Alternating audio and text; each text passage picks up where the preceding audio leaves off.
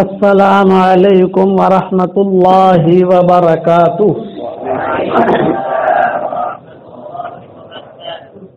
نحمده ونصلي على رسوله الكريم، اما بعد۔ الحمد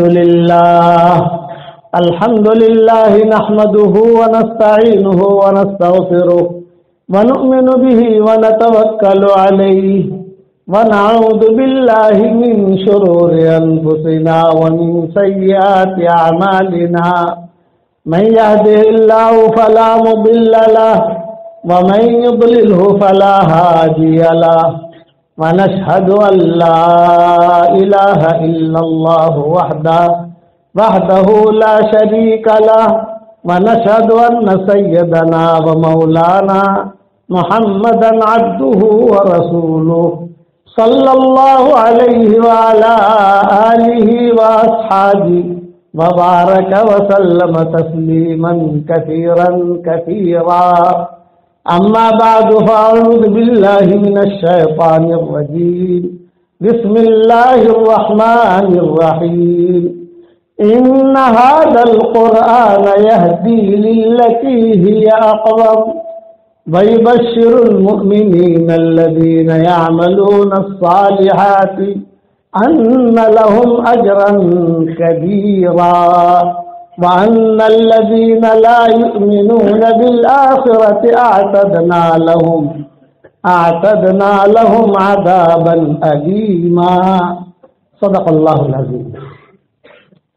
قابل احترام بھائیوں، دوستو، بزرگوں، سب سے پہلے ایک بنیادی چیز یہ ہے کہ جس سے اللہ محبت کرتا ہے اسے قرآن سے جوڑ دیتا ہے۔ جس سے اللہ محبت کرتا ہے اسے قرآن پڑھنے کی اللہ توفیق دیتا ہے، اسے قرآن سمجھنے کی توفیق دیتا ہے، قرآن پر چلنے کی توفیق دیتا ہے۔ یہ محبت کی نشانی ہے کہ اللہ تعالیٰ نے آپ کے سینے میں قرآن محفوظ کیا۔ ایک بات۔ دوسری بات یہ ہے کہ خدا کا نظام ہے، صبح جب ہوتی ہے تو جو عطر کا تاجر ہے اللہ اس کے سامنے عطر رکھ دیتا ہے، محنت کرتا ہے اس پر۔ کپڑے کا تاجر ہے، اللہ اس کے سامنے کپڑا رکھ دیتا ہے، وہ اس پر محنت کرتا ہے۔ لکڑی کا تاجر ہے، اللہ اس کے سامنے لکڑی رکھ دیتا ہے، وہ اس پر محنت کرتا ہے۔ سیمنٹ کا تاجر ہے، اللہ اس کے سامنے سیمنٹ رکھ دیتا ہے، وہ اس پر محنت کرتا ہے۔ مٹھائی کا تاجر ہے، مٹھائی اس کے سامنے رکھ دیتا ہے، وہ اس پر محنت کرتا ہے۔ لیکن کروڑ مرتبہ سلام کرتا ہوں ہمارے ان بچوں کو اور ہمارے علماء کو کہ صبح ہوتے ہی اللہ ہمارے جھولے میں قرآن رکھ دیتا ہے۔ صبح ہوتی ہی کہ قرآن قال اللہ قال الرسول قال اللہ قال الرسول، یہ سعادت مندی کی چیز ہے۔ قرآن سننا، قرآن سنانا۔ ابھی ایک ہفتہ پہلے میں ترکیشور میں تھا، ماشاءاللہ وہاں پر بھی بڑے اساتذہ، بڑے سب ہاسوٹ میں تھا، وہاں پر بھی بڑے بچے حافظ ہوئے ماشاءاللہ۔ پھر یا ترکیشور انکلیشور گیا، وہاں پر بھی حافظ ہوئے، علی پور گیا، وہاں پر ماشاءاللہ حافظ ہوئے۔ سب جگہ میں نے یہ بات کہی کہ سعادت مندی کی علامت ہے کہ اللہ تعالی ہمیں قرآن سے جوڑتا ہے، لیکن اس پر مضبوط رہے آدمی۔ قرآن سے فائدہ اٹھانا ہو تو دو شرطیں ہیں، صرف دو شرطیں آدمی پوری کر لے تو قرآن سے وہ فائدہ اٹھائے گا۔ ایک تو یہ ہے کہ استقامت کے ساتھ اسے پڑھتا رہے، ایک ہی۔ دوسرا اخلاص، اللہ کے لیے پڑھے اور کوئی غرض نہ ہو۔ حضرت عمر کے زمانے میں ایک رومی آیا مدینہ منورہ، اور حضرت عمر امیر المومنین تھے، اور قریب آ کر کھڑا ہو گیا۔ بوڑھا تھا، پرانے کپڑے، اور بہت دور کا سفر کر کے روم سے وہ پیدل آیا تھا، دور تھا حضرت عمر کا، اور حضرت عمر کے پاس کھڑا ہو گیا۔ امیر المومنین، حضرت عمر تو امیر المومنین تھے، ان کے دور کا یہ قصہ ہے۔ تو حضرت عمر جو منع نہیں کیا، کوئی بھی آ کر کھڑا ہو سکتا ہے، لیکن حضرت عمر کو لگا کہ کچھ کسی غرض سے آیا ہے، رومی ہے، چہرے سے پتہ چل جاتا ہے کہ یہ رومی ہے۔ جیسے سہیب رومی، یہ روم کے تھے، تو جہاز ڈوبا، تو جہاز ڈوبنے کی وجہ سے وہ تیرنا جانتے تھے، معمار تھے رومیوں کے جہاز میں، یہ معمار تھے حضرت صہیب رومی، اور روم سے چلے تھے، کسی جگہ جا رہے تھے، پورا جہاز جا رہا تھا ان کا، ہوائیں جو ہے کچھ نامناسب ملی، کچھ سمندروں میں طوفان وغیرہ آیا تو پورا جہاز ڈوب گیا۔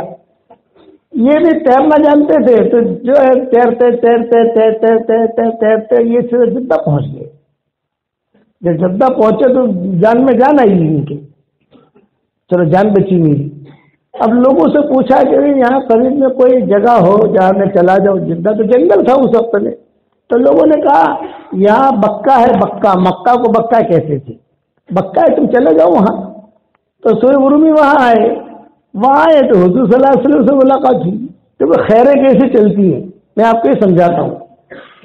خیریں یہ اللہ تعالیٰ بانٹتا رہتا ہے، لیکن جس کی دل کی کھڑکی کھلی ہوتی ہے خیر اسی کو ملتی ہے، اور جس کی دل کی کھڑکی بند خیر اس کو نہیں ملتی، گزر جاتی ہے، دروازے پر آتی ہے خیر، کہتی ہے میں آ جاؤں، وہ غفلت کی وجہ سے آدمی محروم ہو جاتا ہے۔ یہ صہیب رومی وہاں سے آئے، مکہ آئے، کیوں آئے کہ جان بچ جائے، کچھ لوگ ہوں گے تو دھندا پانی کر لوں گا، کہ وہاں زندگی گزاروں گا، اب روم تو واپس جا نہیں سکتا، میں اتنا دور سفر کرنا میرے لیے مشکل ہے، بس یہی شادی کروں گا، یہی رہوں گا، جو کچھ یہی ہے۔ وہاں حضور صلی اللہ علیہ وسلم سے ملاقات ہوگی، جہاں حضور صلی اللہ علیہ وسلم سے ملاقات ہو گئی تو حضور نے پوچھا بھی کہاں سے آئے ہو، کہ روم سے آیا ہوں۔ اچھا، اتنا لمبا سفر کیسے آئے؟ ادھر میں حضرت جہاز ڈوب گیا، تو کنارے پر آیا، لوگوں نے جو مکہ کا ایڈریس دیا تو میں یہاں آ گیا، آپ نے اسلام پیش کیا کہ رضی اللہ تعالیٰ عنہ بن گئے۔ تو رومی لوگ جو ہے یہ تجارت میں ماہر ہوتے ہیں، انہوں نے مکہ آ کر بہت پیسہ بنایا صہیب رومی نے۔ یہ بوڑھا جو آیا تھا یہ بھی رومی تھا، حضرت عمر کے بعد کھڑا رہا، تو حضرت عمر پہچان گئے کہ ہاں صہیب رومی کا بھی چہرہ ایسا ہے اور اس کا چہرہ بھی ایسا ہے۔ پتہ چل جاتا ہے نہیں کہ پالم پور کا ہے یا احمد آباد کا ہے یا چائنا کا ہے، پتہ چل جاتا ہے کہ یہ کہاں کا ہے، یہ لڑکا کہاں کا ہے، تو بات کرنے سے، چہرے سے۔ حضرت صہیب تو انہوں نے بہت پیسہ بنایا، لیکن اللہ کی شان، اللہ تعالیٰ جسے جو توفیق دے، مال بھی بنایا، باندیا بھی تیار کی، یہ بھی تیار کی، اکیلے تھے، نہ بندہ نہ پرندہ، ان کے پاس کوئی تھا ہی نہیں، نہ شادی کی تھی، کچھ بھی نہیں، لیکن وہ جہاں ہاتھ ڈالتے تھے اللہ برکت دے دیتا تھا۔ آئے تھے روم سے، اسلام ملا ان کو یہاں مکہ مکرمہ میں۔ حضور صلی اللہ علیہ وسلم نے جو ہجرت کا ارادہ کیا تو چھپ کے باتیں ہوتی تھی، کیا کریں۔ حضرت ابوبکر آئے حضور صلی اللہ علیہ وسلم کے پاس، یہ مختصر میں سمجھا رہا ہوں کہ خیریں کیسے ملتی ہے۔ صدیق اکبر آ کر حضور صلی اللہ علیہ وسلم کے پاس بیٹھ کر رونے لگے۔ آپ نے پوچھا بھی کیوں رو رہے ہو، کیا بات ہے؟ کہ میں حضرت صاحب مجھے اجازت دے دیں، میں تو حبشہ جا رہا ہوں، تھک گیا، مکہ والوں کی سختیوں سے میں تھک گیا، آپ مجھے اجازت دے دیں کہ میں حبشہ چلا جاؤں میرے بچوں کو لے کر۔ آپ نے فرمایا کہ ابوبکر تم حبشہ چلے جاؤ گے تو میں اکیلا رہوں گا، لوگ تو بہت حبشہ چلے گئے ہیں سب، اور تم بھی چلے جاؤ گے۔ تو صدیق اکبر نے کہا کہ حضرت برداشت نہیں ہوتا، بہت مارتے ہیں، گھروں میں آ کر گالیاں دے جاتے ہیں، یہ کرتے ہیں، آپ نے اجازت دیجیے جاؤ گے، کوئی بات نہیں۔ صدیق اکبر حبشہ کے لیے روانہ ہو گئے بال بچوں کو لے کر، اس میں عائشہ بھی تھی، حضرت اسماء بھی تھی، ان کی اہلیہ بھی تھی، سب روان، اور آدھے رستے تک پہنچ گئے، روایت میں آتا ہے آدھے رستے تک۔ سامنے سے مکہ کا کوئی تاجر آ رہا تھا، اس نے پوچھا بھائی ابوبکر مکہ چھوڑ کر تم یہاں کہاں جا رہے؟ یہ کہا کہ تم لوگ پریشان کرتے ہو تو مجھے مکہ چھوڑنا پڑا، اگر آپ ہمیں پریشان نہ کرتے تو مکہ نہ چھوڑتے ہم، لیکن تم لوگ پریشان کر رہے ہو، مکہ میں رہنا ہی نہیں دیتا، یعنی کوئی رہنے ہی نہیں دیتا، بیکاٹ پر بیکاٹ، میری چھوٹی بچیاں ہیں، میری بیوی ہے، یہ میرے چھوٹے بچے ہیں۔ تو میں نے تو حضور صلی اللہ علیہ وسلم نے اجازت لی اور میں تو سیدھا حبشے کی طرف روانہ ہوا۔ وہ تاجر تھا بھلا آدمی، بعض بے ایمان جو ہوتے ہیں وہ بھلے ہوتے ہیں. بہت بھلا آدمی تھا. اس نے کہا آپ ٹینشن مت لو. جیسے متم طائف سے واپسی پر متم نے حضور کا ساتھ دیا تھا, مشرک تھا لیکن اس نے ساتھ دیا. تو حضور صلی اللہ علیہ وسلم نے بدر میں اعلان کیا آج اگر متم زندہ ہوتا تو متم کی سفارش پر سارے مشرکین مکہ کو میں معاف کر دیتا. مشرک تھا. حضرت عائشہ کا ہونے والا خسر, حضرت عائشہ کی منگنی وہاں ہوئی تھی متم کے یہاں. یہ تھا اس نے, حالانکہ مشرک تھا, شرک کی حالت میں مرا ہے وہ, لیکن حضور نے اس کے اخلاق دیکھ کر, لیکن آپ صلی اللہ علیہ وسلم بھی پھنس گئے تھے. جب طائف گئے, طائف والوں نے نکال دیا. مکہ سے نکلے تو مکہ والوں نے کہا بھائی اب ہمارے ایگزٹ لگ گیا, یہاں نہیں آ سکتے آپ. طائف والوں نے وہاں سے نکال دیا. اب بیچ بیچ میں کہاں جانے, زید ابن حارثہ ساتھ اور کوئی نہیں. حالات بہت ہی خراب, کیا کریں. زید ابن حارثہ نے آہستہ سے کہا حضرت ہم تو پکڑے گئے, مارے گئے. طائف والوں نے نکال دیا, اب وہاں تو جا نہیں سکتے ہم. اور مکہ والوں نے کہہ دیا ایگزٹ لگ گیا, اب ہمارے بارڈر میں آ نہیں سکتے. آپ نے بہت کوشش کی, مکہ والوں کو بلایا ارے مجھے ساتھ دو, مجھے کم سے کم گھر میں تو داخل کر دو, امن دے دو, تاکہ میں جو ہے نا کم سے کم یعنی میری بیوی بچے کے پاس تو رہوں. حضرت سودا سے نکاح ہو گیا تھا حضور صلی اللہ علیہ وسلم کا, اور حضور صلی اللہ علیہ وسلم کو سودا خوشی بہت رکھتی تھی. حدیثوں میں آتا ہے کہ ان کے مزاج میں ظرافت تھی. یہ صدیق اکبر کا قصہ بھول نہ جاؤ. ہاں آج رستے تک پہنچے ہیں, پھر کیسے واپس آئے. ہمارے یہاں یہ کہ بات چلی تو چلی, پھر دوسرے رخ چل پڑتی ہے, لیکن یہ قصہ شروع ہوا تو میں اس کو پورا کر لوں. تو اب حضور صلی اللہ علیہ وسلم بہت پریشان. طائف والوں نے نکال دیا, مکہ والوں نے کہا آپ کا ایگزٹ لگ گیا. تو حضور صلی اللہ علیہ وسلم اور زید ابن حارثہ دونوں پہاڑوں میں رہتے تھے اور کہتے تھے بھائی کوئی آئے جو ہمیں لے جائے مکہ. طائف سے جا نہیں سکتے ہم, مکہ تو ہمارا گھر ہے وہاں, اور میری بیوی ہے, میری بیٹیاں ہیں, میرا یہ. کسی مکہ والے نے ساتھ نہیں دیا. تو حضور صلی اللہ علیہ وسلم اچانک یہ جو ہے یہ متم پہنچ گئے. یہ مشرک تھے. کیا آپ لوگ پریشان ہو, کیا معاملہ ہے؟ تو آپ نے فرمایا متم معاملہ یہ ہے کہ طائف والوں نے نکال دیا, مکہ والے داخل ہونے نہیں دیتے. تو متم نے کہا آپ ٹینشن نہ لیں, میرے بیٹے بہت مضبوط ہیں, بہت ہی خوبصورت ہیں, طاقتور ہیں, آپ بالکل فکر نہ کریں, میرے ساتھ چلیں. جناتوں نے اس وقت ساتھ دیا اور یہ متم نے ساتھ دیا. انسانوں میں ایک نے ساتھ دیا اور جناتوں میں سے کئی لوگوں نے ساتھ دیا. وہاں پہاڑی میں طائف سے واپسی پر جناتوں نے بہت ساتھ دیا. کبھی پھل لا کے دے دے, کبھی کھجورے لا کے دے دے, کبھی یہ کرا رہے تم سب لا کے دیتے ہو, مکہ میں داخل کرو نا بھائی, یہ سب لا کے دے دو, مکہ میں داخل کرو ہم کو. بھائی مکہ میں جنات تو داخل نہیں کر سکتا, وہ تو انسان ہی داخل کرے گا. جنات کا امن دینا تو چلتا نہیں ہے نا, وہاں جو مکہ میں رہنے والے تھے وہ امن دے رہے. تو یہ متم آیا. یہ متم نے آ کر کہا کہ حضرت میں ساتھ دیتا ہوں آپ کا, آپ چلے میرے ساتھ. اچانک کی خیر ہے, یہ بات سمجھا رہا ہوں میں. قرآن کا ملنا یہ بھی اچانک کی خیر ہے. جتنے بڑے بڑے قوموں کو ہدایتیں ملی ہیں قرآن سے ملی, سب قرآن سنتے تھے.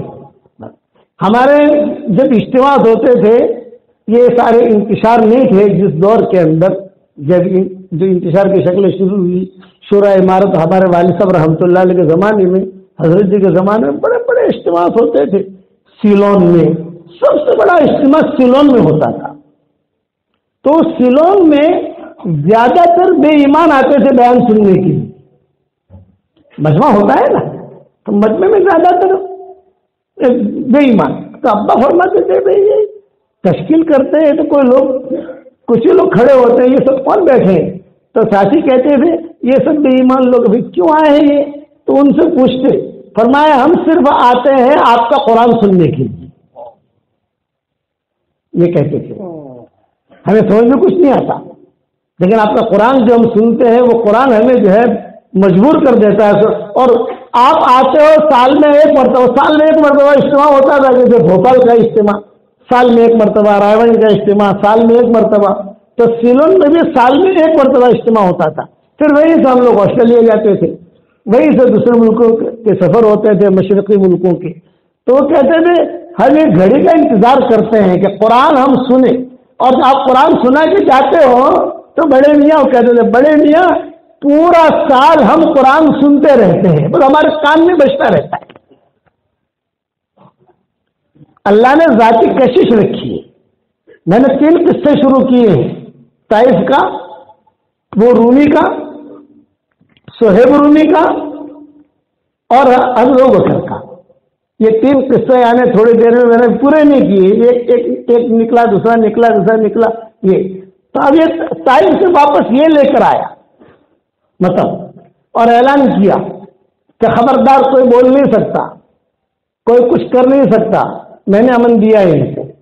حضور صلی اللہ علیہ وسلم نے طواف کیا، طواف کر کے جو اپنے گھر پر گئے، اپنے گھر پر گئے، بعد میں پتہ چلا کہ ابوبکر جو ہے یہ بھی چلے گئے ہجرت کر کے حبشہ کی طرف، تب صدیق اکبر جو ہے وہ حبشہ کی طرف چلے گئے۔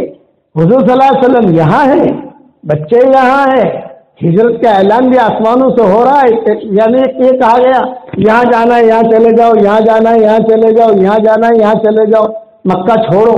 حضور صلی اللہ علیہ وسلم پریشان رہتے تھے بھی کیا کرو، ابوبکر تو چلا گیا، تو وہاں بھی تاجر ملا، میرے ساتھ چلو واپس۔ چنانچہ صدیق اکبر کو واپس لایا، اور واپس لا کر اس نے اعلان کیا، یہ اعلان کیا کہ ابوبکر کو میں نے امن دیا ہے۔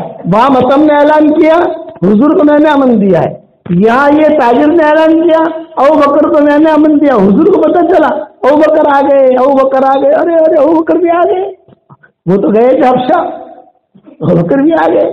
آپ دوپہر کے وقت میں 1-2 دن کے بعد جب معاملہ ٹھنڈا ہوا تو حضور صلی اللہ علیہ وسلم ملنے کے لیے گئے صدیق اکبر کے یہاں، اور وہاں جا کر بیٹھے، میں ابوبکر کیسے واپس آئے؟ یہ فرمایا حضرت میں تو چلا تھا آپ سے اجازت لے کر حبشہ کی طرف، لیکن اس نے مجھے کہا کہ بھی تم جیسا آدمی مکہ چھوڑ کے چلا جائے یہ ذرا اچھا نہیں لگتا، تم آؤ مکہ میں امن دیتا ہوں، آپ کو کوئی چھیڑے گا نہیں، بے فکر رہو، اللہ کی عبادت کرو۔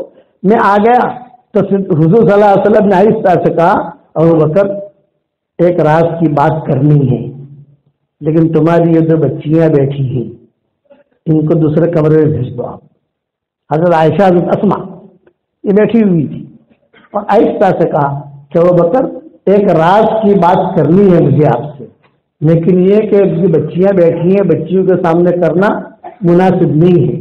تو صدیق اکبر نے کہا کہ حضرت یہ میری بیٹیاں ہیں، کوئی فکر کی بات نہیں ہے، اور بچیوں کو میں تھوڑا الگ کروں گا تو محسوس کریں گی، انہیں احساس ہوگا کہ پتہ نہیں یہ کیا باتیں کر رہے ہیں، اس لیے آپ بات کریں آہستہ سے میرے کان میں کہہ دیں، میں سمجھ جاؤں گا کیا ہے۔ تو حضور صلی اللہ علیہ وسلم نے کہا اچھا میں تھوڑا سا دور بیٹھ جاؤں، بچیوں حضرت عائشہ بھی تھی، حضرت اسما بھی تھی، اور کان قریب کر کے حضور صلی اللہ علیہ وسلم نے صدیق اکبر سے کہا ابوبکر وحی آئی ہے آسمانوں سے اور ہجرت کا حکم ہوا ہے اور مدینہ منورہ جانا ہے، تو میں نے اللہ سے پوچھا کہ اللہ میرے ساتھ میں کس کو لوں؟ تو اللہ نے کہا ابوبکر کو لو۔ اس پر جو ہے ابوبکر ہچکیاں مار کر کہ کہاں جا رہا تھا، پر یہ اللہ تو عائشہ کہتی تھی میں چھوٹی تھی مجھے پتا نہیں تھا کہ خوشی میں بھی رونا آتا ہے، لیکن اب پتہ چلا کہ خوشی میں بھی آدمی روتا ہے۔ میرے والد خوشی میں روئے تھے صدیق اکبر، اور روتے رہے۔ حضور نے فرمایا کہ بس اب ہمیں جو ہے حکم ہو گیا ہے، ہمیں چلنا ہے، ترتیبیں بناؤ، کچھ اٹھنی تم تیار کرو، کچھ میں کروں۔ صدیق اکبر نے کہا میں نے اٹھنی تیار کر رکھی ہے، ایک اٹھنی آپ کے لیے ہدیہ، ایک اٹھنی میری۔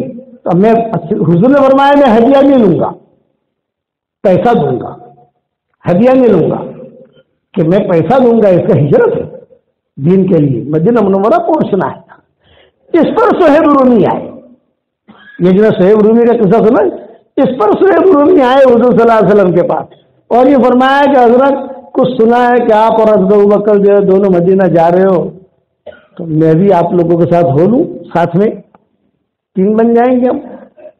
تو حضور نے فرمایا آہستہ بول، آہستہ آہستہ، یا دیواروں کے بھی کان ہوتے ہیں، مکہ والے جو ہے نا کوئی سن لے گا تو ہمارا ہی مسئلہ ٹیڑھا ہے، آہستہ بول۔ حضرت آپ کہو تو میں بھی ساتھ ہو جاؤں، میرے پاس پیسہ بھی ہے، پیسہ بہت بنایا ہے میں نے یہاں مکہ میں، آپ نے فرمایا دیکھ ہمارے ساتھ چلنا تو مناسب نہیں ہے، ہمارے آگے پیچھے تم نکل جانا مکہ سے، فلاں جگہ جا کر ہم مل لیں گے، کہتے فلاں پیٹرول پمپ پر آ کر مل لیں گے، فلاں مول پر آ کر ہم مل لیں گے، وہاں آ کر ہم ملیں گے، لیکن ہمارے ساتھ مت نکلنا۔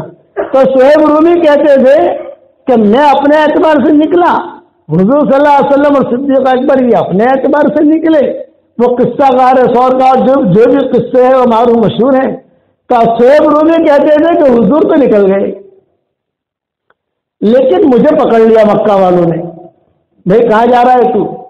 پیسہ بنایا مکہ میں اور مکہ والوں کا پیسہ لے کے جا رہا ہے مدینہ، کہاں جا رہا تو؟ بھائی میں جا رہا ہوں مدینہ۔ کیوں جا رہا ہے مدینہ؟ مدینہ اس لیے جا رہا ہوں کہ مجھے وہاں جانا ہے حضور صلی اللہ علیہ وسلم کے ساتھ۔ نہیں، سارا پیسہ جتنا تو نے کمایا ہے سارا کے سارا یہاں رکھ۔ چنانچہ مجھے باندھ دیا، صہیب رومی کہتے تھے، اور باندھ کر مجھے جو ہے کہا کہ ہم جانے نہیں دیں گے، قتل کر دیں گے تجھے، یہاں ہم تجھے قتل کر دیں گے۔ تو صہیب رومی نے کہا بھائی سنو مکہ والو، میری تو باندیا ہے وہاں مکہ میں ہے، وہ تم کو ہدیہ، اور میں نے فلاں جگہ زمین کھودو اس میں مال چھپایا ہے سونا چاندی، وہ بھی تم کو ہدیہ، سب لے لو تم۔ اور ایک عورت ہے مکہ مکرمہ میں، اس کے پاس جو ہے میرے راز کے کچھ کاغذات ہیں اور کچھ میرے کپڑے وغیرہ بھی ہیں، وہ بھی تم کو ہدیہ، سب تم لے لو، مجھے چھوڑ دو تاکہ میں مدینہ منورہ پہنچ جاؤں۔ سارا قربان کیا صہیب رومی نے، سارا قربان کیا۔ مکہ والوں نے کہا کہ یار یہ کئی بڑی بڑی باتیں نہیں کرتا ہو، کوئی باندھی نہ ہو، کوئی پیسہ نہ ہو۔ ارے سمجھ گئے نا سوال والوں کہ یار کاغذ پوری سب کتاب نہ ہوئی، اور میں کہ اس کو پکڑے رکھو، یہاں پہلے جا کر باندھی پر قبضہ کرتے ہیں، مال پر قبضہ کرتے ہیں، پھر جو ہے اس کو چھوڑتے ہیں۔ وہاں گئے تو مال تھا، باندھیاں بھی تھی، عورت کے پاس کپڑا بھی تھا، کاغذات بھی تھے، سب تھا، سب لے لیا۔ صہیب رومی روانہ ہو گئے، حضور صلی اللہ علیہ وسلم الگ رستے سے، صہیب رومی الگ رستے سے۔ ابھی خدا حضور پہنچے ہیں، صہیب رومی بعد میں پہنچے۔ جب صہیب رومی داخل ہوئے تو حضور صلی اللہ علیہ وسلم نے فرمایا مبارک مبارک مبارک ربیع البیع ابا یحییٰ، ربیع البیع ابا یحییٰ، ربیع البیع ابا یحییٰ، اے ابو یحییٰ، اور یحییٰ کے ابا، حالانکہ ان کے بیٹے کا نام یحییٰ نہیں تھا لیکن حضور نے کنیت رکھی تھی، ربیع البیع ابا یحییٰ، ربیع البیع ابا یحییٰ، اور یحییٰ کے ابا تیری تجارت اللہ نے قبول کر لی۔ صہیب رومی نے کہا حضرت یہ تو میں نے ان کے ساتھ تجارت کی، آپ کو کس نے خبر دی؟ اس پر حضور صلی اللہ علیہ وسلم نے یہ آیت پڑھ کے سنائی، وَمِنَ النَّاسِ مَن يَشْرِي نَفْسَهُ ابْتِغَاءَ مَرْضَاتِ اللَّهِ وَاللَّهُ رَءُوفٌ بِالْعِبَادِ۔ کچھ لوگ ایسے ہیں جو اپنی چیزوں کو اللہ کے لیے خرچ کر دیتے ہیں، اللہ کو معلوم ہے۔ تو یہ آیت صہیب رومی کے بارے میں نازل ہوئی، جب بھی صہیب رومی یہ آیت پڑھتے تھے بہت روتے تھے۔ حضرت کیوں رو رہے؟ میرے بارے میں نازل ہوئی اور میرا قصہ یہ ہے، ربیع البیع ابا یحییٰ، ربیع البیع ابا یحییٰ۔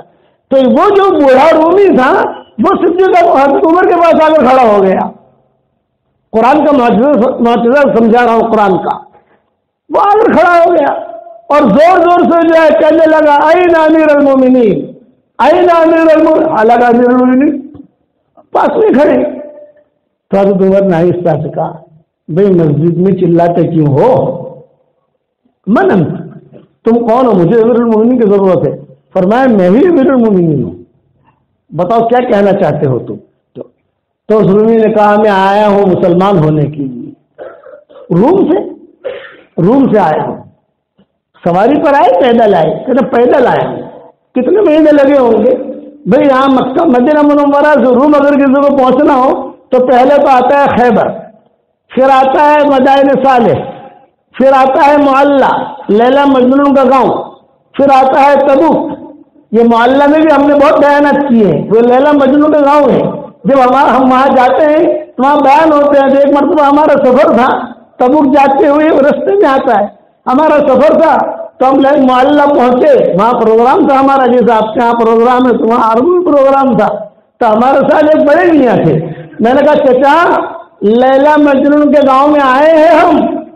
اچھا مولوی صاحب لیلا مجنون کا گاؤں، یہ لیلا مجنو کا گاؤں ہے؟ میں نے کہا ہاں. وہ مولوی صاحب حضرت جی وہ لیلا کا گھر کہاں ہے؟ بڑے میاں کہہ رہے مجھے. اتنے سال ہو گئے اب تو یار 30 سال میں ایک نسل بدل جاتی ہے. یہ آپ کی مسجد ہے, آج تاریخ لکھ لو آپ, 1 جنوری 2023. 30 سال کے بعد آنا تو یہاں نسل بدلی ہوئی ہوگی. پہلی صف کے لوگ بدلے ہوئے ملیں گے آپ کو, جو جوان تھے بوڑھے ہو چکے ہوں گے, وہ مر گئے ہوں گے. ایک 30 سال میں ایک نسل بدلتی ہے. تو میں نے کہا کہ 30 سال میں ایک نسل بدلتی ہے اور ابھی تو پتہ نہیں کون سا سن چل رہا ہے, ہمارا 1440 چل رہا ہے, کون سا چل رہا ہے. قریب نہیں لے گیا تھا ان کو لے کر, ہمارا سفر تھا تو تبوک ہمارا آخری پڑاؤ تھا. تو وہاں اتنا چل رہا ہے. اب تم یا لیلا کا گاؤں پوچھ رہے, کم صاحب ذرا وہ لیلا کا گھر کہاں ہے, مجنو کا گھر کہاں ہے؟ مجھے کہ میں نے کہا چچا کبھی کبھی باسی کڑی میں بھی ابال آ جاتا ہے. بڑے یہاں سے کہا تم یار لیلا کا گھر ڈھونڈ رہے یہاں پر. تو محلہ آتا ہے, محلہ کے بعد آتا ہے تبوک, تبوک کے بعد آتا ہے جارڈن, جارڈن کے بعد آتا ہے شام, شام کے بعد آتا ہے ٹرکی, اور اس طرف چلو, اس طرف جاؤ تو ٹرکی آئے گا, اس طرف جاؤ تو روم آئے گا. اتنا لمبا ہے. چلو ہمارے سفر ہوئے ہیں وہاں, اس لیے معلوم ہے ہم کو ساری پٹری. احمد آباد سے جو بمبئی جاؤ تو پتہ چلتا ہے پہلے اسٹیشن آئے گا, پہلے اسٹیشن آئے گا, پہلے اسٹیشن آئے گا. ان علاقوں میں بہت چلے پھرے ہیں ہم, بہت وقت لگایا ہے. تو میں نے کہا تو حضرت عمر کے زمانے میں وہاں سے بوڑھا آیا تھا اور کہہ رہا تھا مسلمان ہونے آیا ہوں. تو حضرت عمر نے کہا مسلمان بعد میں بننا, یہ بتا تو مسلمان بننے یہاں کیوں آیا, کیا وجہ بنی؟ اب وہ قصہ سنا رہا ہے قرآن کا. بوڑھا جو تھا وہ یہ کہا میں روم میں ہوں, میرے گھر کے قریب میں ایک جیل ہے چھوٹی سی, وہاں مسلمان قیدی ہیں, جیسے روم کے قیدی یہاں ہے, یہاں کے قیدی وہاں ہے, الگ الگ علاقوں میں قیدی ہوتے ہیں. ایک مسلمان قیدی ہے, وہ روزانہ تہجد میں قرآن پڑھتا ہے اور زور زور سے پڑھتا ہے, اور ایک آیت بار بار پڑھتا ہے. وہ آیت میں نے حفظ کر لی ہے, وہ آیت کی وجہ سے مسلمان ہونے آیا ہوں. حضرت عمر نے کہا کون سی آیت؟ وَمَن يُطِعِ اللَّهَ وَرَسُولَهُ وَيَخْشَ اللَّهَ وَيَتَّقْهِ فَأُولَٰئِكَ هُمُ الْفَائِزُونَ. جو اللہ کی اطاعت کرے, رسول کی اطاعت کرے, اللہ سے ڈرے اور اگلی زندگی میں بھی اللہ سے ڈرے, وہی لوگ کامیاب ہیں. یہ وہ میں اس کی آیت سنتا رہا, حفظ کر لی میں نے وہ آیت. میں نے کہا کہ یہ آیت جو ہے آسمان سے آئی ہے, اس آیت کی وجہ سے مسلمان ہونے آیا ہوں. میں نے کہا کہ جب میں نے قصہ پڑھا کتابوں میں, واٹس ایپ کے سبقوں میں نے ریلے کیا, تو میں نے کہا کہ آج جو ہے پورا قرآن سنتے ہمیں ہدایت نہیں ملتی, نمازوں میں سنتے ہدایت نہیں ملتی. اس کے دل کی کھڑکی کھلی ہوئی تھی, وہ آیا وہاں اور مسلمان ہوا, بہت اچھی زندگی گزری. ہمیشہ یاد رکھنا اللہ تعالیٰ کے یہاں تو جو ہدایت کا دروازہ کھلتا ہے وہ دل کی کھڑکی کھولنے کے بعد کھلی رہنے کی وجہ سے ہوتا ہے. مدینہ منورہ میں ایک تاجر تھا, اس کا نام تھا اسلم, بہت بڑا تاجر تھا. یہ اسلم, زینب, یہ نام اوپر کے ہی یہودی کے اوپر سے چلے آ رہے ہیں. حضور صلی اللہ علیہ وسلم نے یہ نام ہماری شریعت میں باقی رکھے, بدلے نہیں. زینب نام جو ہے یہ مدینہ یہ اوپر سے نام چلے آ رہے ہیں. حضور صلی اللہ علیہ وسلم کو جو یہ جادو کرنے والی تھی وہ بھی زینب تھی, لبید ابن عاصم کے ساتھ, اور اس نے زہر دینے والی جو تھی خیبر میں وہ بھی زینب تھی. لیکن حضور کا نام اتنا پسند تھا کہ حضور صلی اللہ علیہ وسلم نے پورے مدینہ میں کئی گھروں میں زینب, خود حضور کی بیوی زینب, حضور کی بیٹی زینب, عبداللہ بن مسعود کی بیوی زینب, زینبوں کے قصے مدینہ منورہ میں آتے تھے. تو حضور صلی اللہ علیہ وسلم کہتے تھے مدینہ منورہ تو زینبوں سے بھرا ہوا ہے. آئیے سیادی کون سی زینب کا قصہ ہے. ہاں لیکن ایک بات بتاؤں بھائی, جا کر زینب کو سنا مت دینا, سمجھ گئے؟ علماء نے یہ بھی لکھا ہے کہ زینب نامی لڑکی تھوڑی سی مزاج کی تیز ہوتی ہے لیکن بہت سمجھدار ہوتی ہے. یہ علماء نے لکھا ہے, بہت سمجھدار ہوتی ہے.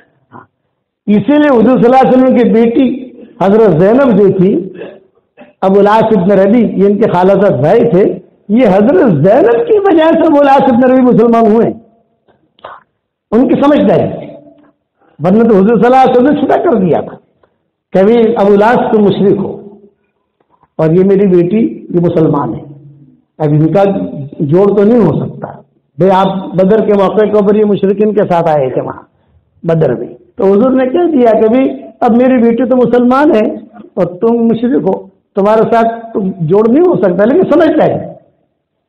سمجھ جائے یہ بات یاد رکھنا۔ لیکن یہ بھی ساتھ میں کہہ جانا، مولانا نے زینب نام کی تعریف بھی کی ہے، میں نے میری بیوی سے کل کہا، میں نے کہا اللہ تعالیٰ اگر ہمارے اولاد میں کوئی لڑکی ہے تو اب زینب نام رکھنا ہے، کہ اس کی فضیلتیں میں نے بہت پڑھی کتابوں کے اندر، پورا حضرت زینب نے ابو العاص ابن ربیع کے ساتھ ایسا معاملہ کیا، ایسی ترتیب کی کہ حضرت ابو العاص ابن ربیع مسلمان ہونے پر مجبور ہو گئے۔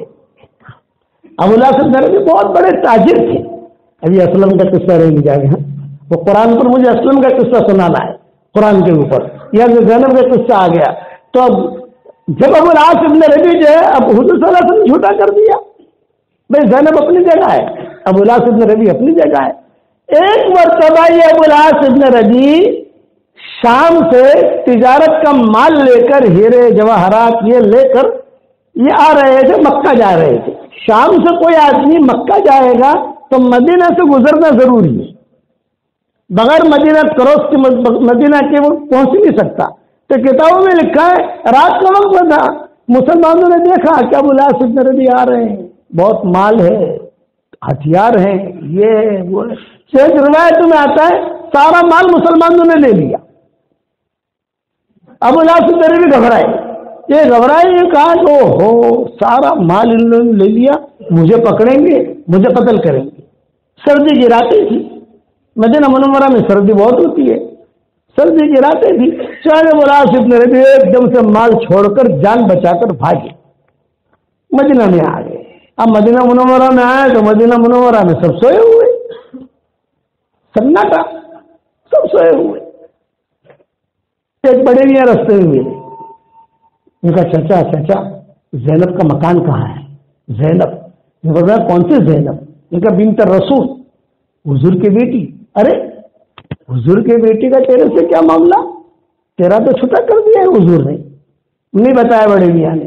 پھر بھاگے دیواروں کے پاس، پوچھتے تو لوگوں کو این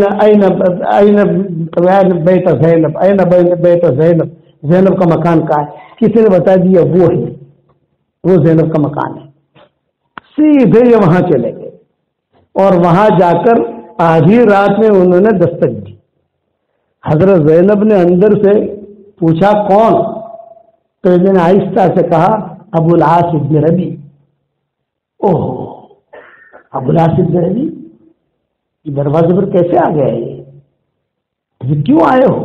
یہ فرمایا اپنی بچیوں کو بھیجا، بچیاں تو تھی نا، بچیوں کو بھیجا، اور بچیوں کو بھیج کر کہا دیکھو یہ تمہارا باپ ہے، اب وہ مشرک ہے، میں مسلمان ہوں، یہ آیا ہے، پوچھو کیوں آیا ہے؟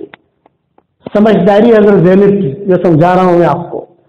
چنانچہ انہوں نے کہا کہ لوگ مجھے قتل کریں گے، کوئی مجھے امن دینے والا ہے نہیں، تم میری بیوی تھی اب تو نہیں ہو، بس اتنی درخواست ہے کہ تم مجھے امن دے دو تاکہ مدینہ میں کوئی مجھے مارے ہی، یہاں سے مجھے روانہ کر دے، میں چلا جاؤں گا مکہ۔ تو حضرت زینب کی آنکھوں میں آنسو آئے اور فوراً اپنی بچیوں سے کہا ابھی سردی ہے، یہ بستر باہر ڈال دو، یہ کمبل ڈال دو، یہ رضائی ڈال دو، اور دور سے بھاگے یہ آئے ہیں، تھوڑا پانی کھجورے یہ رکھ دو، اور جو ہے تم لوگ گھر میں آ جاؤ۔ خیر بچیاں گھر میں آ گئی، فجر کی اذان ہوئی، حضور صلی اللہ علیہ وسلم نے فجر کی نماز پڑھائی، حضرت زینب جو ہے یہ بھی نماز میں مسجد میں آ گئی، قریب میں ہی مکانات تھے، عورتوں کا چبوترا ہوتا تھا، وہاں ساری عورتیں مدینہ کی آ کے نماز پڑھتی تھی، امہات المومنین بھی نماز پڑھتی تھی، وہاں آ کر نماز پڑھی، حضور نے نماز پڑھائی۔ جب حضور صلی اللہ علیہ وسلم نے کہا السلام علیکم ورحمۃ اللہ، السلام علیکم ورحمۃ اللہ، یہ زینب جو ہے حضور صلی اللہ علیہ وسلم کے صاحبزادی یہ عورتوں کو چبوترے پر کھڑی ہو گئی، یہ فرمایا مسلمانوں سنو، ابو العاص ابن ربی آئے ہیں، میں نے ان کو امن دیا ہے، کوئی مسلمان بھی میلی نگاہوں سے نہ دیکھے. یہ جملہ کہا، کوئی بھی انہیں میلی نگاہوں سے نہ دیکھے. اب حضور صلی اللہ علیہ وسلم نے سنا تو حضور نے فرمایا کون، یہ آواز کس کی ہے؟ تو غالباً حضرت عمر سے یہ کہا حضرت زینب کی آواز ہے. کہ کون سے زینب؟ یہ کہا آپ کی صاحبزادی کی. ارے اچھا، یہ میری بیٹی کی آواز ہے. صحابہ سے حضور نے فرمایا بیٹھے رہنا، جانا مت، بیٹھے رہنا، جانا مت. آپ لوگ سب بیٹھے رہنا، آپ نے روک دیا سب کو، جانا مت. حضور صلی اللہ علیہ وسلم خود کھڑے ہوئے، اور روایتوں میں آتا ہے ایک دم تیزی سے کھڑے ہوئے. آپ کی چادر جو تھی وہ بھی زمین پر گر گئی. تیزی سے کھڑے ہوئے اور تیزی سے کھڑے ہو کر عورتوں کے چبوترے پر گئے.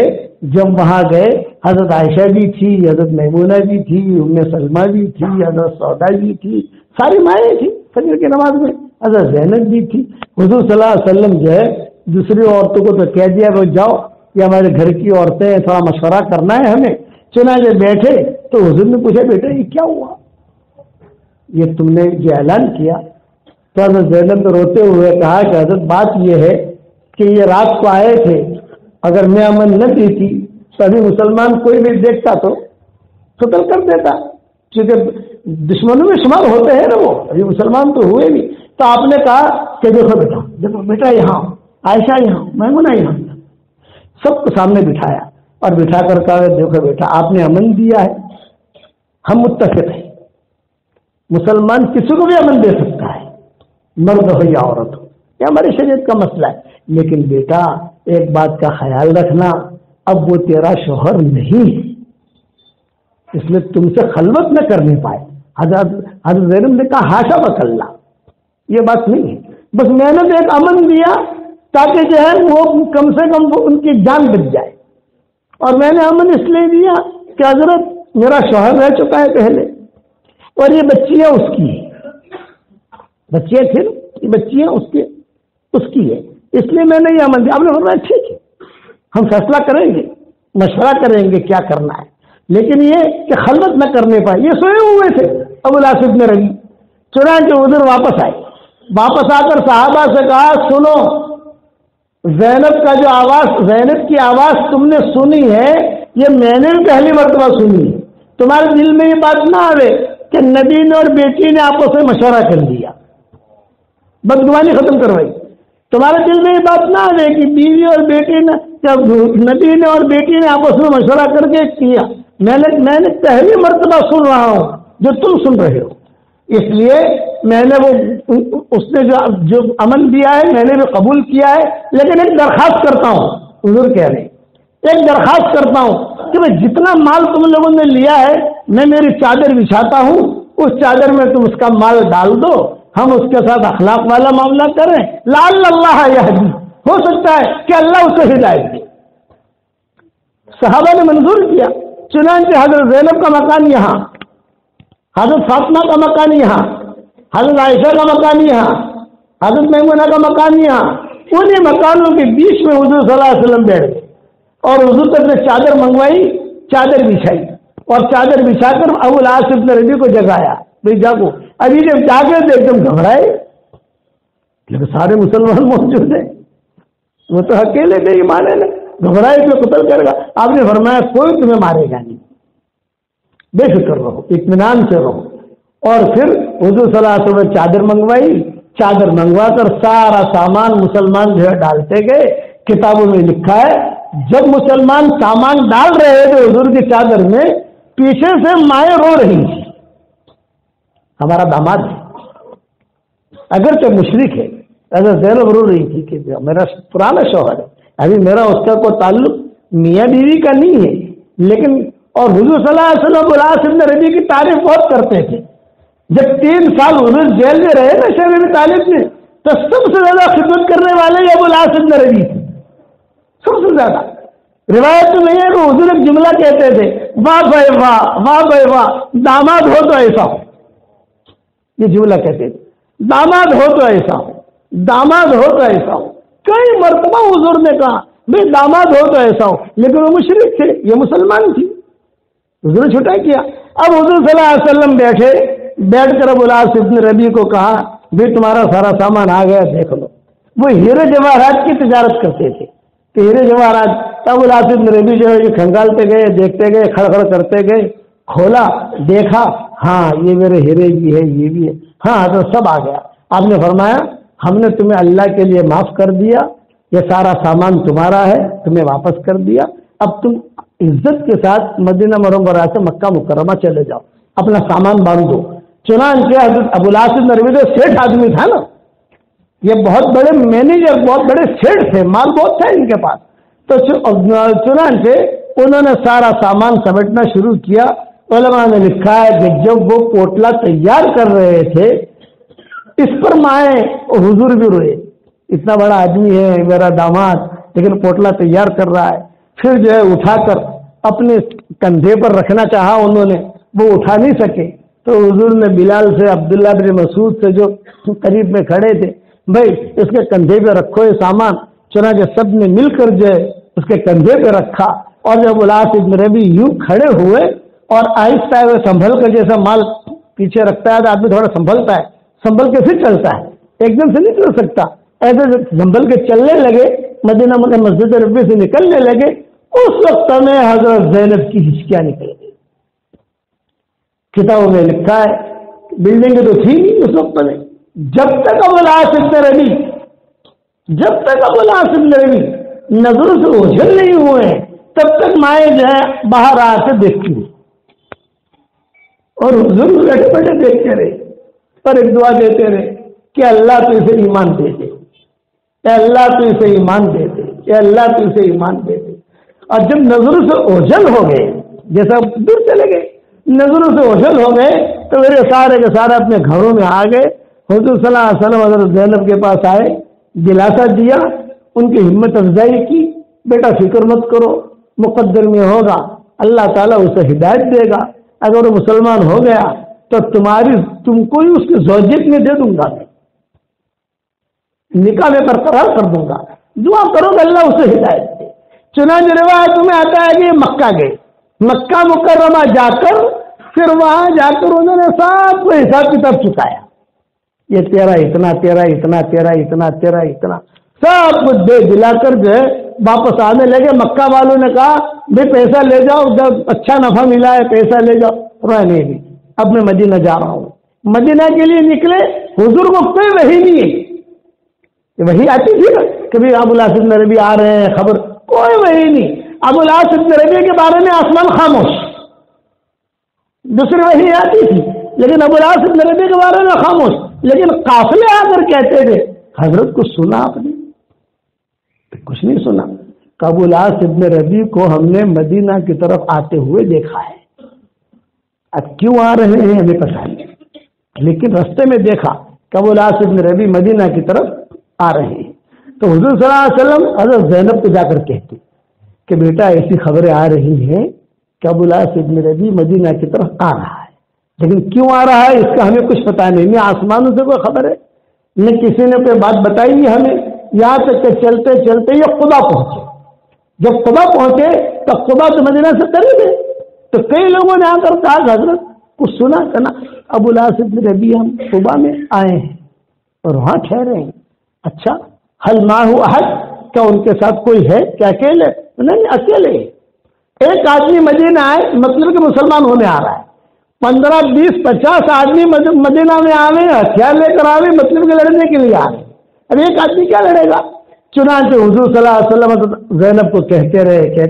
جب قبا کی اطلاع ملی حضور کو, جو قبا تک پہنچا ہے, حضور بھاگے آئے اور کہا کہ بیٹا قبا تک یہ آئے ہیں اور ابھی تک کوئی آسمانوں سے اطلاع نہیں ہے, اور مجھے ایسا لگ رہا ہے کہ اسلام لانے آئے ہیں.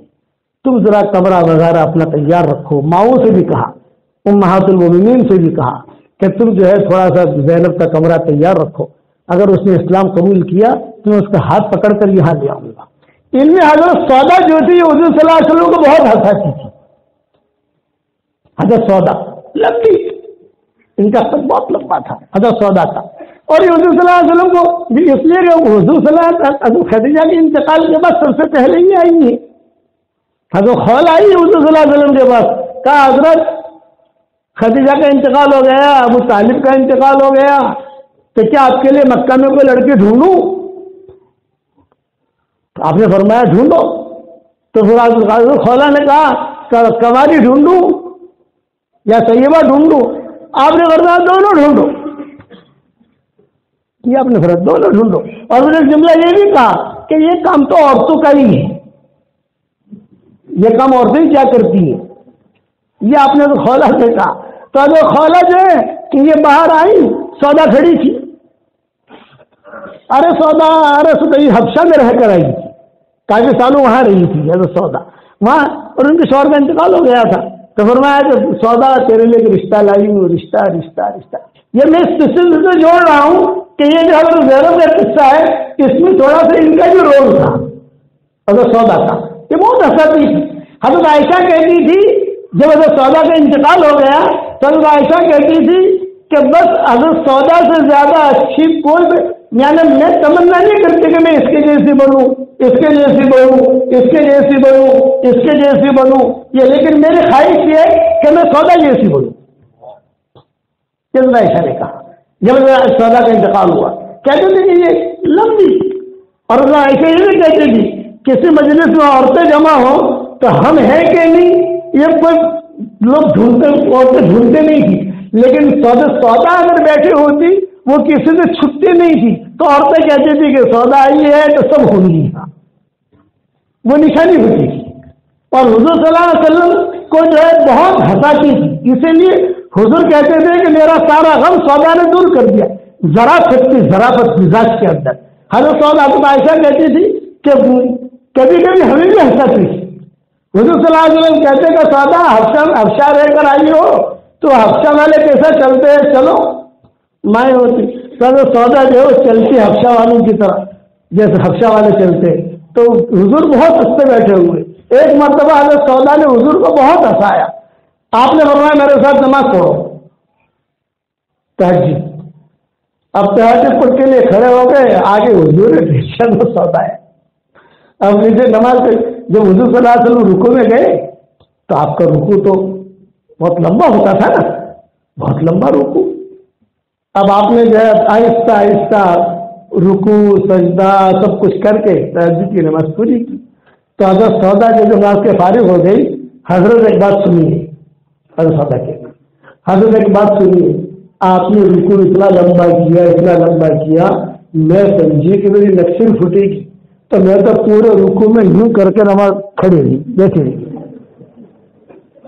ناک میں پوری نماز میری ایسی گئی ہے. اس پر حضور جو ہے بہت ہنسے. قد لمبا تھا. حضرت عمر آتے تھے حضور کے پاس اور ایک بات کرتے تھے، حضرت ایک بات کہتا ہوں، تھوڑی شرم آتی ہے لیکن کیا کہ ازواج مطہرات کا مسئلہ ہے، اس لیے میں کہتا ہوں میری بات کی طرف توجہ دے. حضور صلی اللہ علیہ وسلم کبھی سنی ہم سنی، اور حضرت جو امہات المؤمنین رات کو باہر جاتی ہے قضاء حاجت کے لیے، یہ ذرا اچھا نہیں لگتا مجھے. لوگ آتے ہیں گھر میں، پردہ نہیں ہے، یہ ذرا مجھے تھوڑا دل میں چپتی ہے بات. آپ نے ہمیں ٹھیک ہے دیکھیں گے آہستہ آہستہ چیز ہوگی. تو ایک مرتبہ رات کو حضرت سودا جو ہے وہ نکلی قضاء حاجت کے لیے. حضرت عمر سامنے سے آ رہے تھے. حضرت عمر پہچان گئے مدینہ منورہ میں سے لمبی ہو گئی، موٹی اور لمبی. تو حضرت عمر نے اندھیرے میں کہا ہاں میں پہچان گیا تم سودا ہو. حضرت عمر نے کہا میں پہچان گیا تم سودا ہو. اب تو سودا کو بہت برا لگا، ارے میں حضور کی بیوی بڑی کیا کہہ رہے ہیں. حضرت سودا فارغ ہو کر آئی اور فارغ ہو کر آ کر حضور سے کہا تو شکایت ہے عمر کی، عمر کی شکایت ہے. ہاں بتاؤ کیا شکایت ہے؟ ان کا شکایت یہ ہے کہ میں جا رہی تھی اور زور تو انہوں نے کہا کہ میں پہچان گیا تم سودا ہو. حضور مسکرائے. اس کے بعد جو ہے پردے کی آیتیں نازل ہوئی. جو پردے کی آیتیں نازل ہوئی حضرت عمر کے غصے کے بعد نازل ہوئی. تو حضرت عائشہ کہتی تھی کہ اتنی ماننے والی حضور نے حجۃ الوداع میں ساری ماؤں کو جمع کیا اور ماؤں کو جمع کر کے کہا کہ بس ہو گیا، میرا بھی دنیا سے جانے کا وقت آ گیا، اب مدینہ پکڑے رہنا، مدینہ چھوڑنا مت. تو آپ سودا جو ہے نا عمرہ میں گئی نا حج میں گئی کہتے لوگ حضرت عمر کہتے وہ کہتے کہ آپ چلو فرمایا میں نے عمرہ بھی کر لیا میں نے حج بھی کر لیا اب حضور کی بات پر میں عمل کروں گی یہی رہوں گی یہی مروں گی.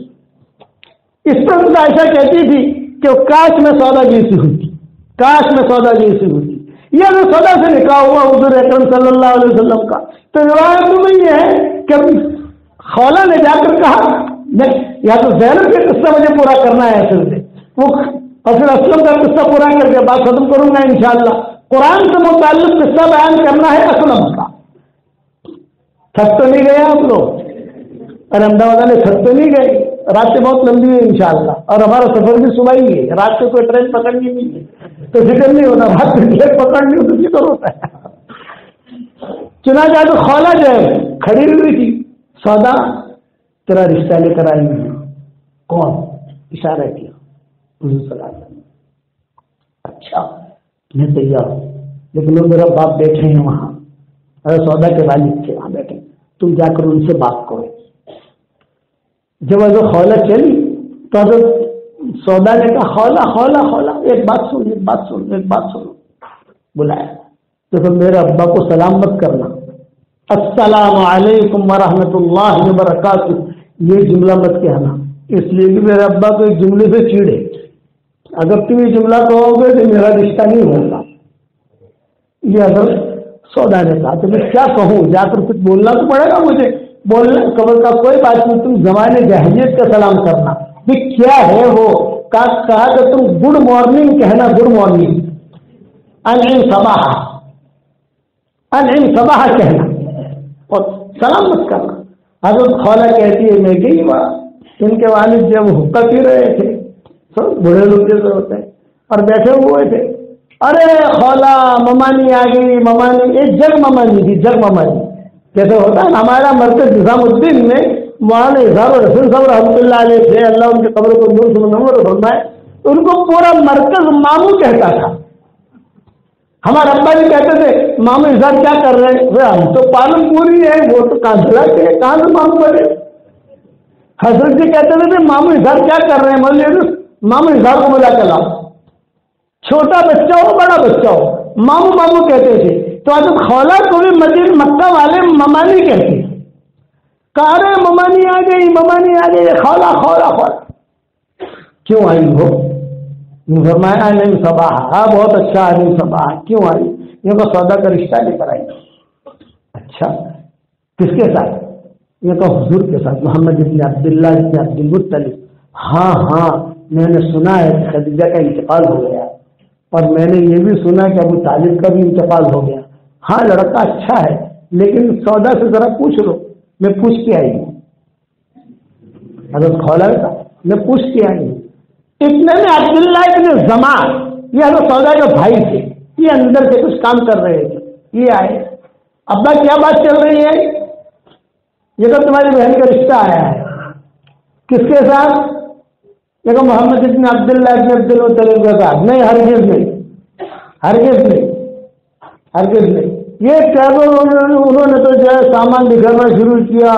سب کپڑے نکال کر ڈالنے شروع کیے برتن توڑنے شروع کیے اور وہاں سودا جو ہے وہ ٹینشن میں بھی کیا ہو گئے. خوش ہو گئی یہ سودا جو بہت اچھا رشتہ ہے فطری چیز ہے. آدمیوں کے جتنے حافظ ہمارے ہیں نا جب یہ انشاءاللہ دولے بنیں گے تو ایک مہینے پہلے سے ان کو نیند آنی بند ہو جائے گی. ہمارے مولانا یونس صاحب پونا والے رحمۃ اللہ علیہ کا نام سنا ہوگا بہت بڑے اللہ والوں میں گزرے ہیں. وہ ہمیں قصہ سناتے تھے کہتے تھے بھائی مولوی یونس جب شروع میں کام میں لگا تو میرے پاس اتنے پیسے نہیں تھے کہ میں لوگوں کی دعوت کروں. بسوں میں سفر کرتا تھا اور پیسے میرے پاس ہوتے نہیں تھے تو بڑا پریشان رہتا تھا. تو فجر کی نماز پڑھا کر سب سے زیادہ ٹینشن مجھے رہتا تھا. وہ کہتے ہیں کسی اور نماز میں ٹینشن نہیں فجر کی نماز میں بہت ٹینشن. تو میں نے کہا کہ مولانا فجر کی نماز میں ٹینشن کیوں؟ یہ فرمایا میں امام تھا اور فجر کی نماز پڑھا کر میں بیٹھوں تو پہلے سب میں دیکھتا تھا کوئی نیا چہرہ تو نہیں ہے بھائی کوئی نیا چہرہ تو نہیں ہے. ہاں ایک نیا چہرہ پچھلی سب میں بیٹھا ہے ایک دوسری سب میں بیٹھا ہے.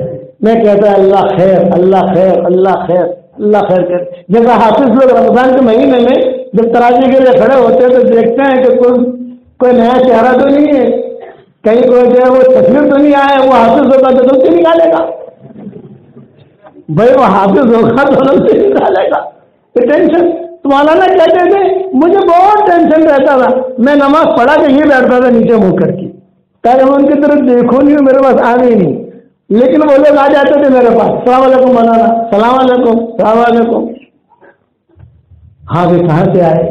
احمد نگر سے. آپ کہاں سے آئے؟ میں کہا سانگلی سے.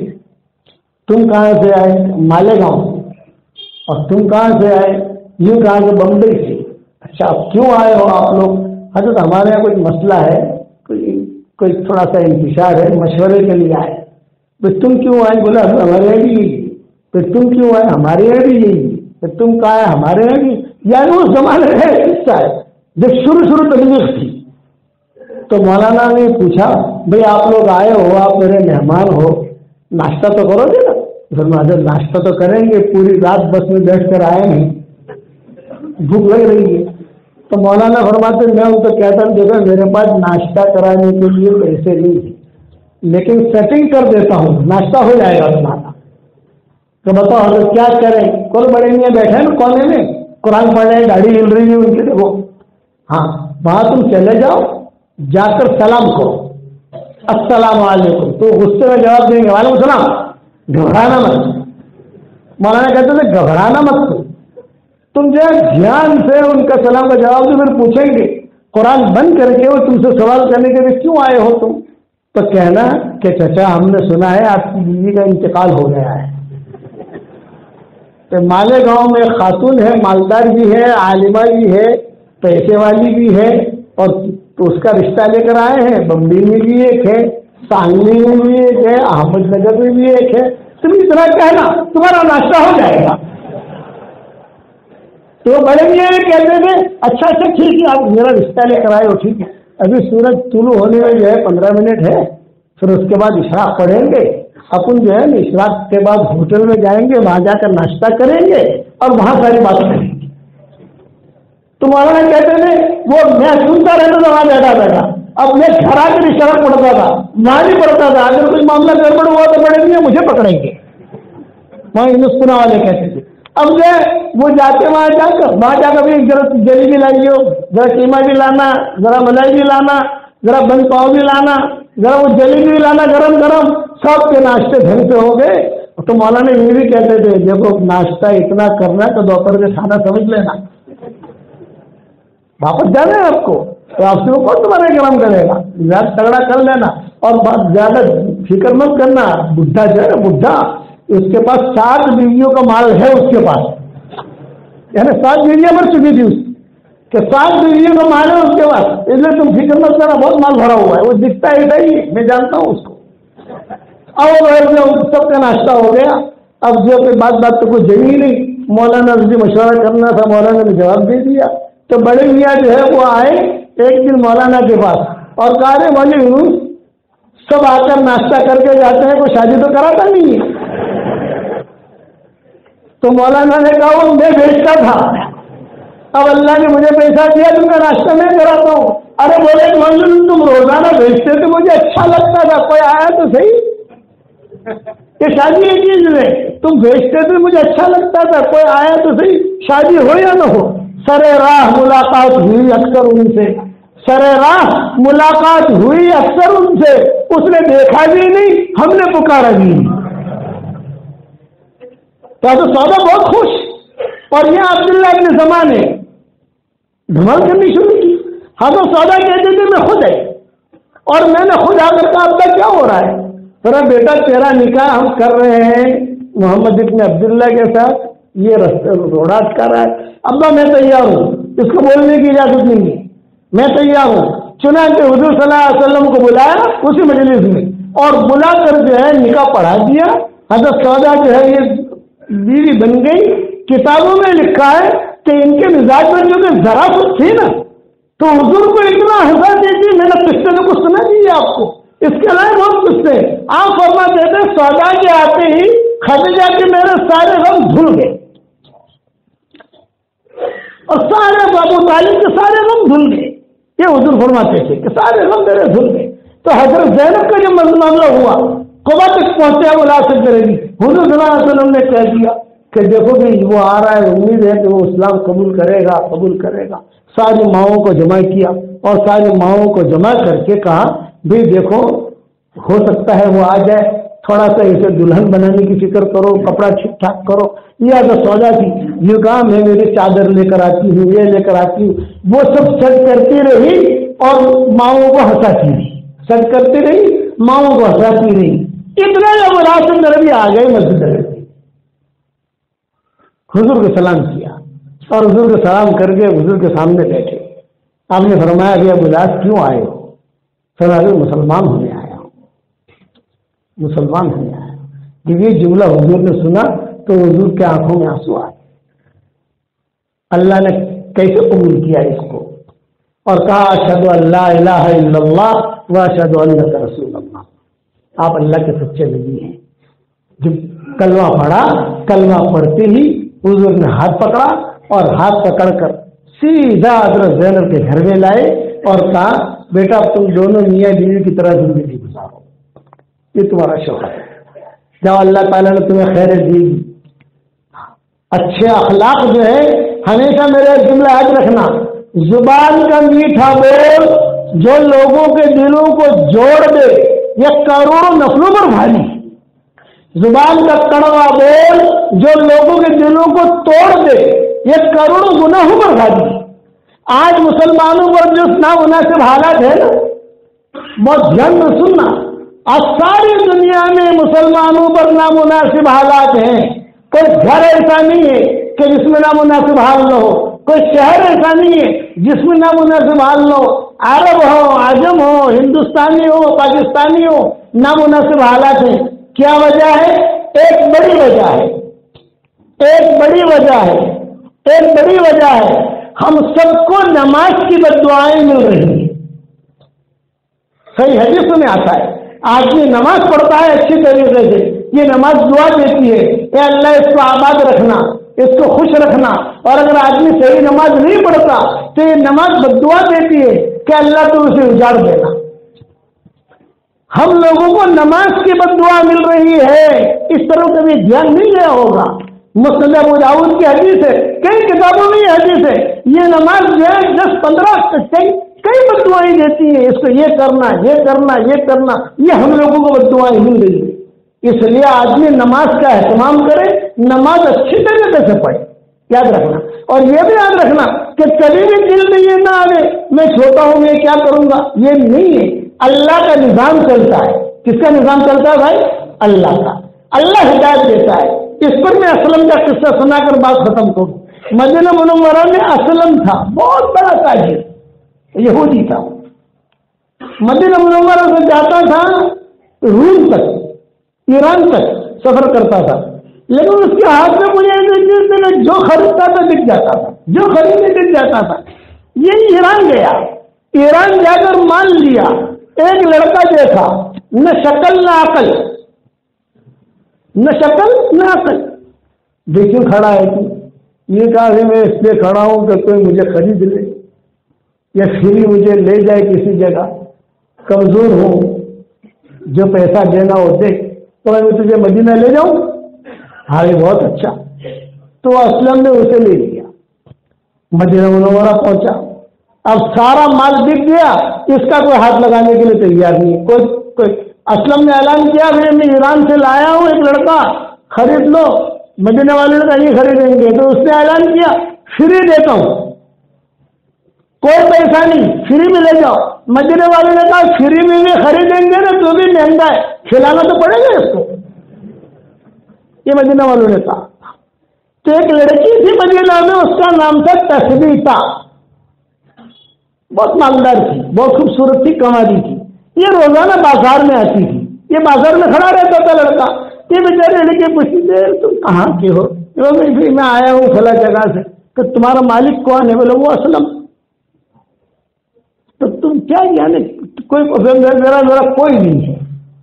تو لڑکی کبھی کھجور لا کے دے دے رہی, کبھی لا کے دے دے رہی. تو لڑکی نے کہا کہ میں تجھے خرید لوں. کہ مجھے خرید کر کیا کرو گے تم؟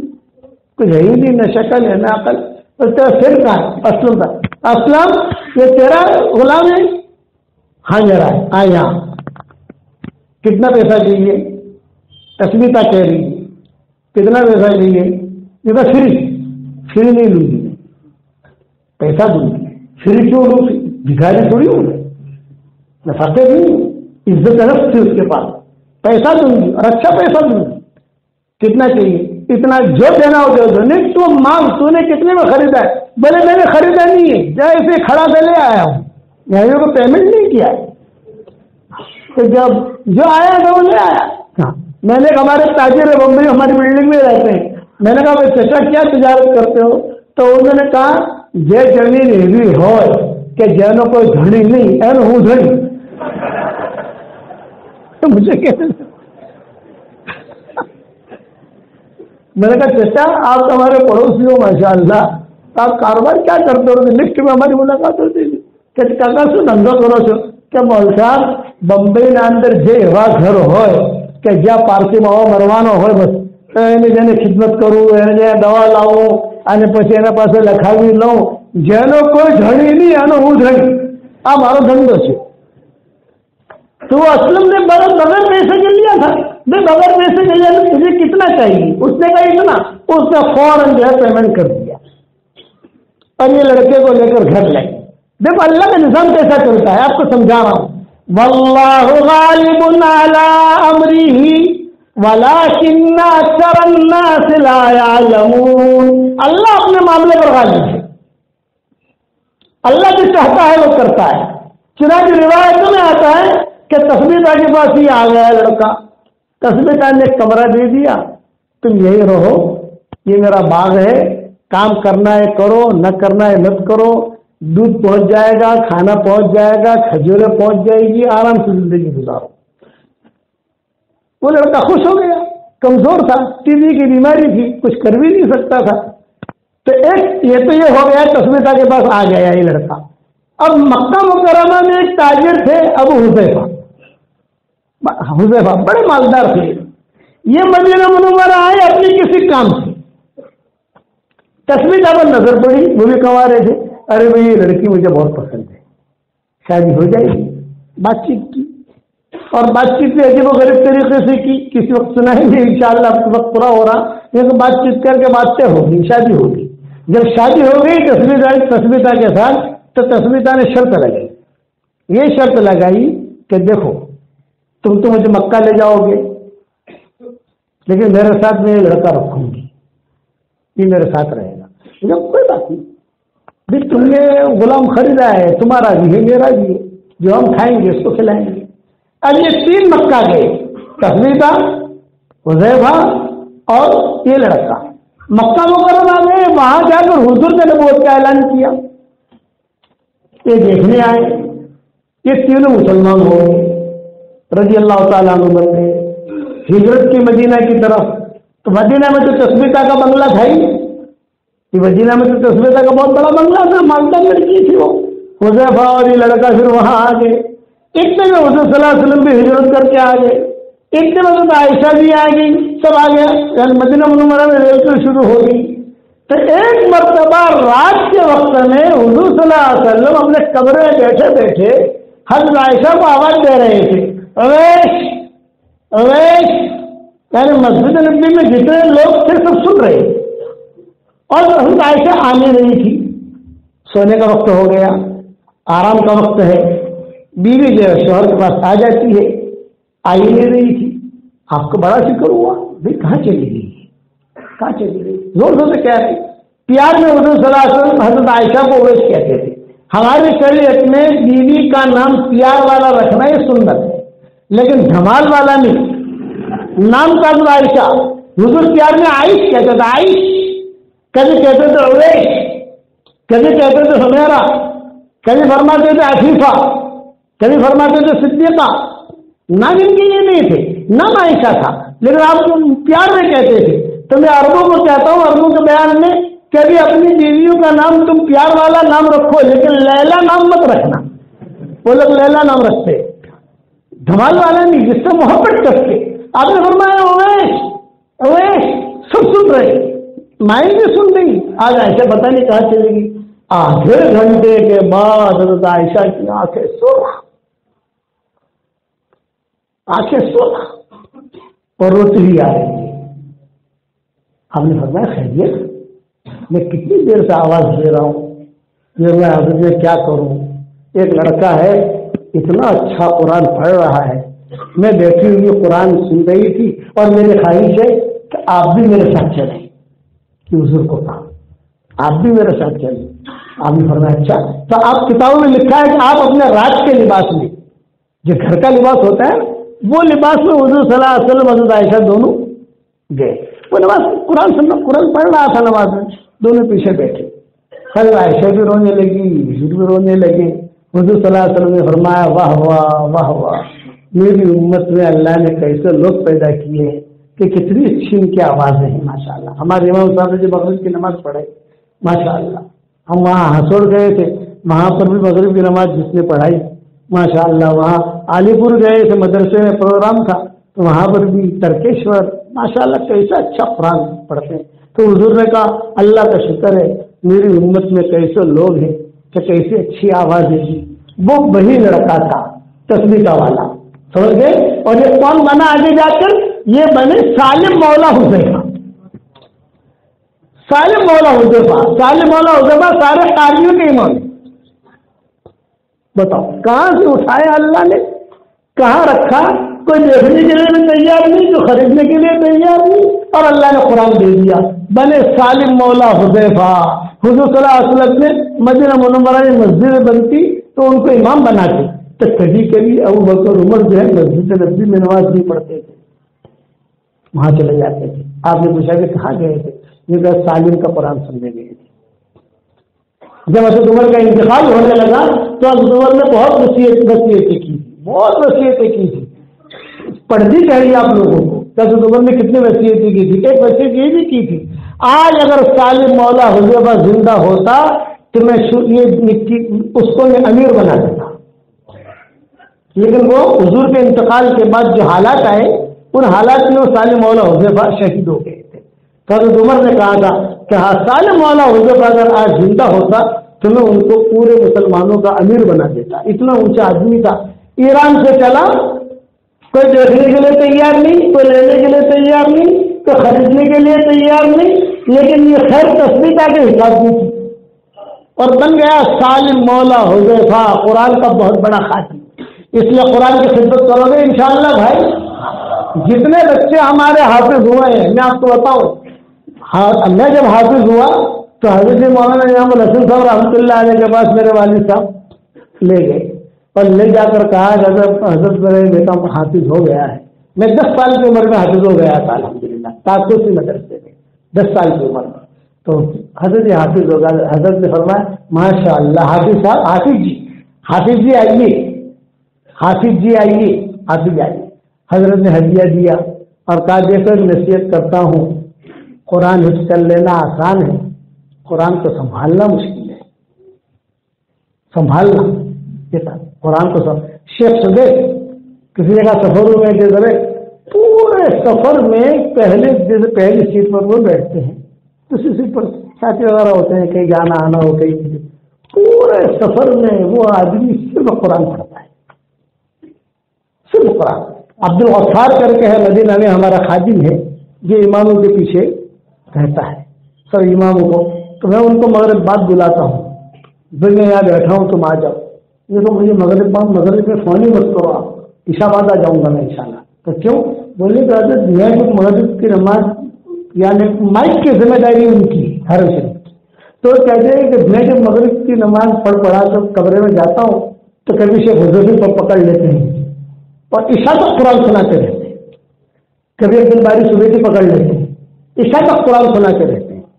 اور کبھی عبد المحسن پکڑ لیتے ہیں اور عشاء تک جو ہے قرآن سناتے رہتے ہیں.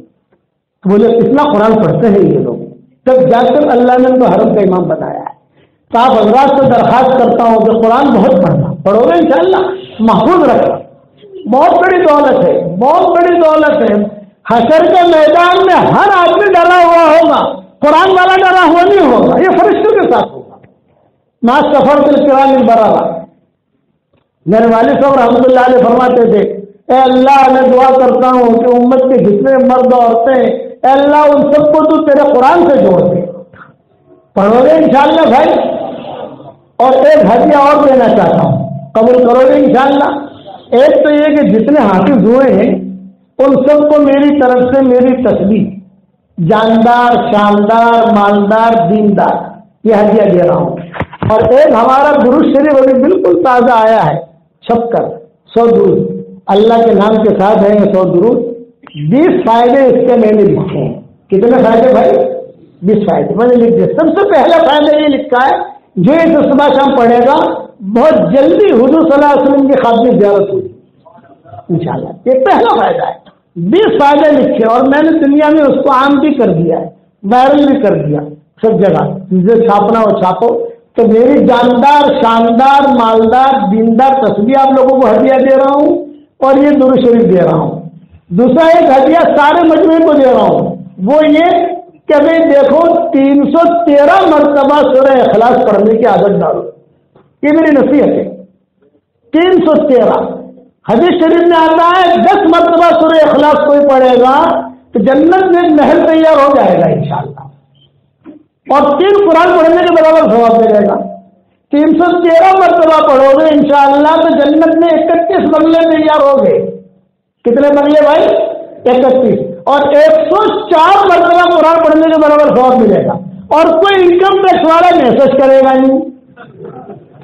بھائی دنیا میں اگر آپ پراپرٹی خریدو تو انکم ٹیکس والے آتے نہیں آتے؟ بتاؤ کہ کہاں سے خریدا تم نے, کیا کوئی اس لیے آپ بناؤ. میرے والد صاحب رحمۃ اللہ علیہ فرماتے تھے بیٹا ینوس راتی آپ ہوں نہ آئے نا, ہوں آپ گجراتی ماں راتی ہوں نہ آئے نا تو 500 بنگلہ بڑا نہ کھونا پڑا کہ رات کو نیند نہ آئے تو 5-6 بنگلے بنا دینے کے, یعنی 50 مرتبہ سورہ پڑھ لینے کا. پڑھو گے انشاءاللہ بھائی. اس کے بعد جو دعا مانگو گے اللہ قبول کرے گا. پہلے میں 100 مرتبہ پڑھواتا تھا, اب 313 مرتبہ شروع کر دیا. الحمدللہ لوگوں نے پڑھنا بھی شروع کیا تو لوگوں نے کہا مول صاحب پہلے تو ہو وقت کہتا تھا بھاؤ سے بتا رہو یہ آفر تو نے فلیٹ لکھو تو 10 برس پہلے کتنا رکھا تھا بھائی 1 کروڑ میں. અત્યારે શું ભાવ છે 18 કરોડ. તો એનો ભાવ વધ્યો કે ના?